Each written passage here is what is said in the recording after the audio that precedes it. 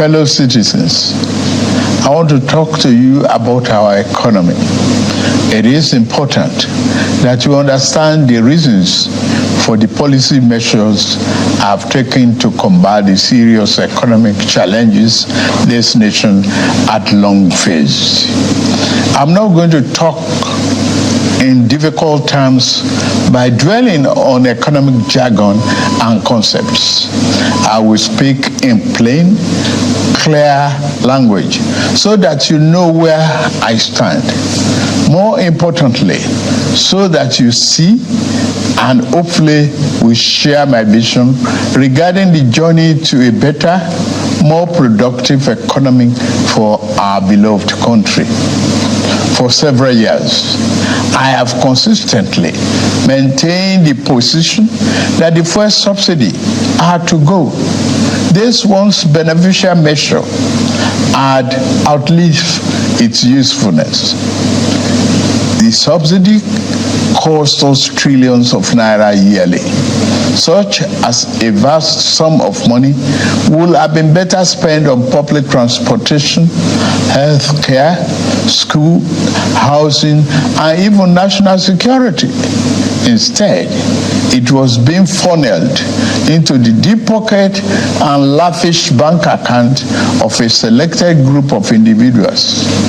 This group had amassed so much wealth and power that they became a serious threat to the fairness of our economy and the integrity of our democratic governance. To be blunt, Nigeria could never become the society it was intended to be as long as such small, powerful, yet unelected groups hold enormous influence over our political economy and the institutions that govern it. The whims of the few should never hold dominant sway over the hopes and aspirations of the many. If we are to be a democracy, the people and not the power of money must be sovereign. The preceding administration saw this looming danger as well. Indeed, it made no provision in the 2023 appropriation for subsidy after June this year. Removal of this once helpful device that had transformed into a millstone around the country's neck had become inevitable. Also, the multiple exchange rate, the system that had been established became nothing but a highway of currency speculation. It diverted money that should have been used to create jobs, build factories, and businesses for millions of people. Our national wealth was doled out on favorable terms to a handful of people who had been made filthy rich simply by moving money from one hand to another. This too was extremely unfair and is not acceptable. It's also compounded the threat that the illicit and mass accumulation of money pose to the future of our democratic system and its economy. I had promised to reform the economy for the long-term good by fighting major imbalances that has plagued our economy, ending the subsidy and the preferential exchange rate system were key to this fight. This fight is to define the fate and future of our nation. Much is imbalance. Thus, the effect in our economy immensely profited a tiny elite, the elite of the elite, you might call them. As we move to fight the flaws in the economy, the people who grow rich from them predictably will fight back through every means necessary. But we are ready. Our economy is going through a tough patch and you are being hurt by it, I know. The cost of fuel has gone up. Food and other prices have followed it. households and businesses struggling. Things seem anxious and uncertain. I understand the hardship you face. I wish there were other ways, but there is not. If there were, I would have taken that route, as I came here to help, not to hurt the people and the nation that I love so dearly. What I can offer in the immediate is to reduce the burden of current economic situation, which has imposed on all of us, most especially on businesses, the working class, and most vulnerable among us. Already, the federal government is working closely with states and local governments to implement interventions that will cushion the pains of our people across socio-economic brackets. Earlier this month, I signed 4 executive orders in keeping with my electoral promise to address unfriendly fiscal policies and multiple taxes that are stifling the business environment. These executive orders on suspension and deferred commencement of some taxes will provide the necessary buffers and headroom to businesses in manufacturing sector to continue to thrive and expand. To strengthen the manufacturing sector, increase its capacity to expand and create good paying jobs, we are going to spend 75 billion between July 2023 and March 2024. Our objective is to fund minimum of 75 enterprises with great potential to kickstart a sustainable economic growth, accelerated structural transformation, and improved productivity. Each of these 75 manufacturing enterprises will be able to access 1 billion credit at maximum of 9% per annum, with maximum of 60 months repayment for long-term loans and 12 months for working capital. Our administration recognizes the importance of micro, small, and medium-sized enterprises and the informal sector as the drivers of growth. We are going to energize this important sector with 125 billion. Out of the sum, we will spend 50 billion conditional grant to 1 million nano businesses between now and March 24.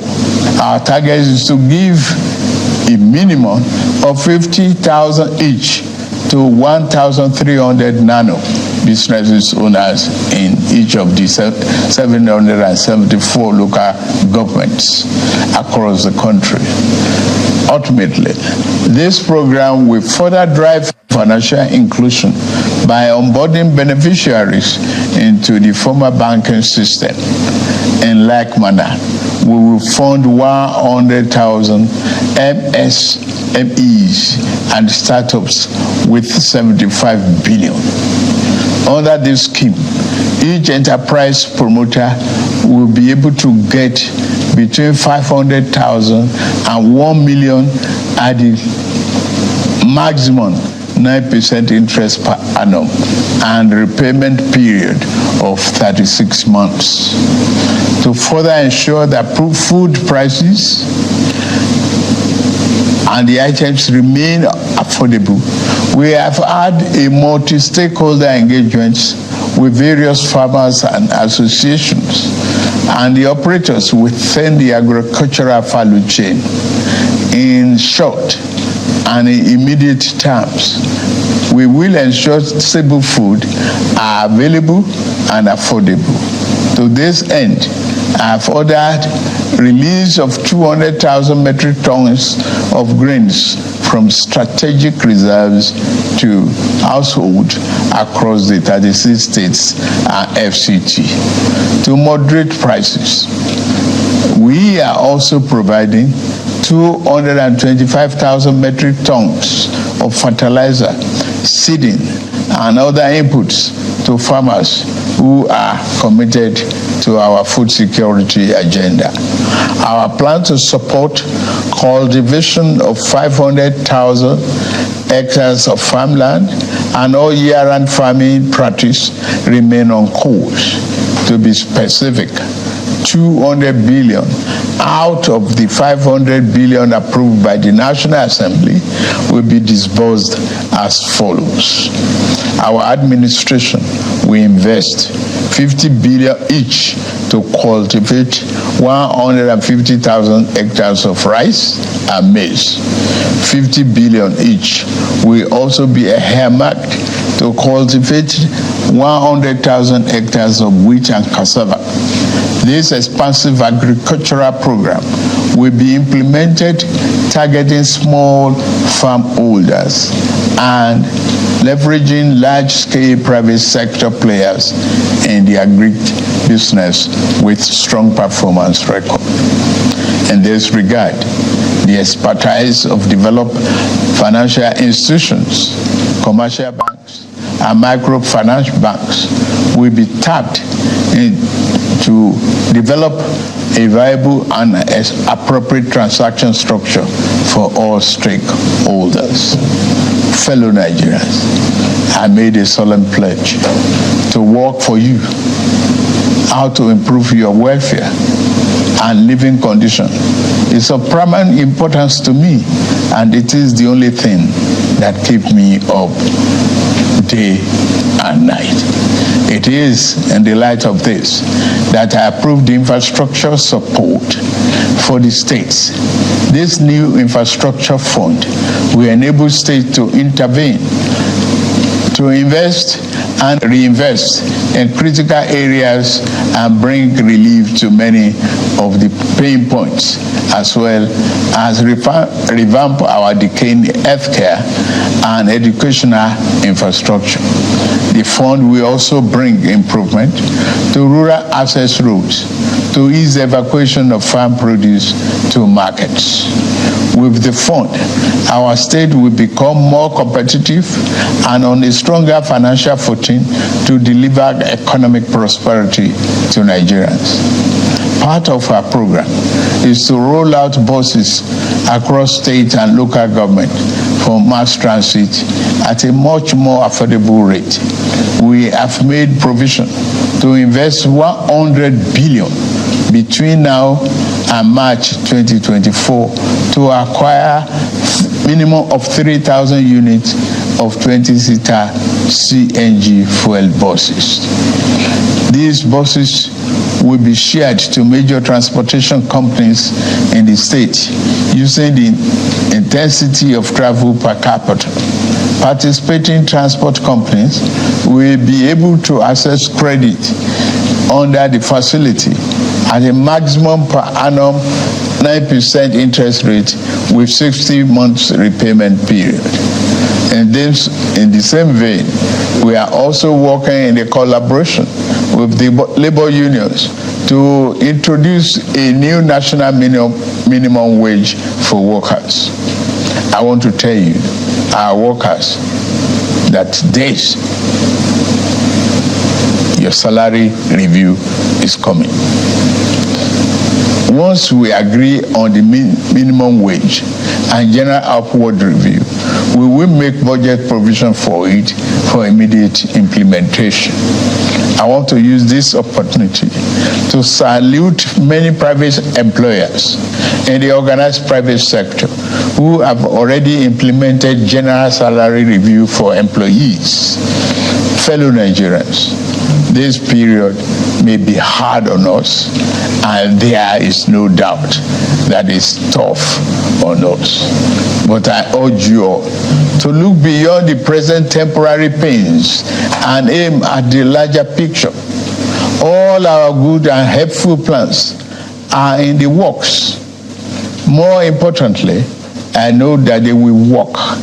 Sadly, there was an unavoidable lag between subsidy removal and these plans coming fully online. However, we are swiftly closing the time gap. I plead with you, please I have faith in our ability to deliver and in our concern for your well-being. We will get out of this turbulence, and due to the measures we have taken, Nigeria will be better equipped and able to take advantage of the future that awaits her. And in a little over 2 months, we have saved over $1 trillion that would have been squandered on the unproductive fuel subsidy, which only benefited smugglers and fraudsters. That money will now be used more directly and more beneficially for you and your families. For example, we shall fulfill our promise to make education more affordable to all and provide loans to higher education students who may need them. No Nigerian student will have to abandon higher education because of lack of money. Our commitment is to promote the greatest good for the greatest number of our people. On principle, we shall never falter. We are also monitoring the effect of exchange rate and inflation on gasoline prices. If and when necessary, we will intervene. I assure you, my fellow countrymen and women, that we are exiting the darkness to enter a new and glorious dawn. Now, I must get back to work in order to make this vision come true. Thank you all for listening, and may God bless Federal Republic of Nigeria.